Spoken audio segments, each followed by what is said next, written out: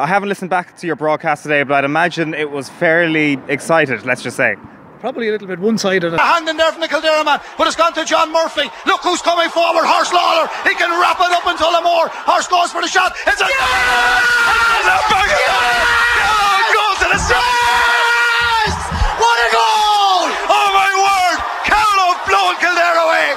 They've blown them away in Tullamore. The Kildare crowd are leaving. They thought they were playing no one today. They wrote us off on Twitter. They wrote them off everywhere. 214 to 110. This is Carlow's day. I hope we're enjoying this one. It was a good old battle, but we believed in the team all the way, and in the end, yeah, we did go a little bit out of hand. Willie went so noisy, he nearly came out through the window, and we probably distorted right across the airwaves of Carlow Kilkenny, but it was a tremendous day for Carlow. I'm covering matches 23 years and I don't think I've had a day as good. There were some great days last year, but today was absolutely fantastic. Well, last year when they beat Wexford, they scored 217 in the first round of Leinster. It was a massive win, and then they went on to play Dublin and Portlaoise. Now, while Carlow performed very well on the night, the end result was they only kicked 7 points, and people started to criticise the system. But to be fair, in the league they notched up some terrific scores. Against Louth, Willie and I both said if Carlow are going to defeat Kildare, they always will have to get a higher score, and 7 points was never going to do today. So they got the plan in action.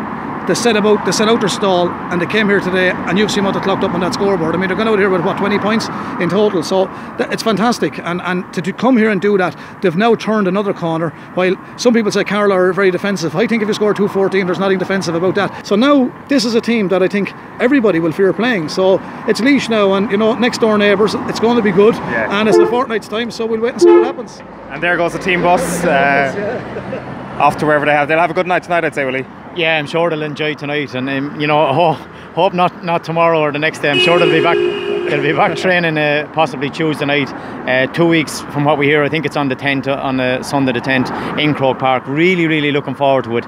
I'm sure those guys are looking forward. What the thing about it is they're so positive, and he has them really believing in each other, believing in themselves. And if you have 30 guys believing in each other, it can only be very positive for Carlow. Yeah, for sure. Just one last thing, actually, I just want to ask you about the style of play, because there will be people tonight who will say, oh, Carlow are very defensive, they lulled Kildare, or they brought Kildare down to their level, or stuff like that, which in actual fact, you look at what somebody like Kieran Whelan was saying in the Sunday game last week, when it was like the weaker counties need to get their house in order and get them to challenge the Dubs, not to allow for resources to be kind of divvied up between counties so that they can, I suppose, financially dope themselves to the level where they can challenge with Dublin. It looks to me like Carlow have their house in order. Yeah, but it's easy for Kieran Whelan to say things like that. I mean, fellas from Carlow travel 25 miles to training. There's fellas in Dublin just come out of work and they're in Croke Park or Parnell Park in 5 minutes. There's plenty of money in Dublin. You mustn't forget there's only over 50,000 people in the population of Carlow. Their hurling team have gone to Division 1 for next year. Their footballers are now in a Leinster semi-final. They're promoted from Division 4. So I really think that Carlow are punching above their weight GAA-wise. Not only in GAA-wise, their soccer team are in the Oscar Traynor final next weekend as well. So the under 21 hurlers were brilliant. They had a big win yesterday. So Carlow have worked hard at grassroots level. Okay, their minors had a big defeat against they lost out heavily to Kildare minors during the week, but that happens at underage. But for the size of the county and what the people in Carlow are doing, this is massive. So if they believe that they can go to Croke Park and beat Laois, they will believe. And those fellas today own. The difference is, Willie has said it already, these Carlow fellas are not afraid of anybody. In the past, Carlow teams would be going out and they'd be nervous, we're playing Dublin, we're playing Kildare, and people are on a hiding to nothing here. These lads believe they can do it. And Turlough O'Brien actually said in a post-match interview after the defeat of Louth in Portlaoise, I said, Turlough, it's looking like Tullamore back here to Portlaoise. He says, Brendan, I'll play that game in Newbridge. I don't care. So that will show you the confidence that the fellas have. One last thing, one last one.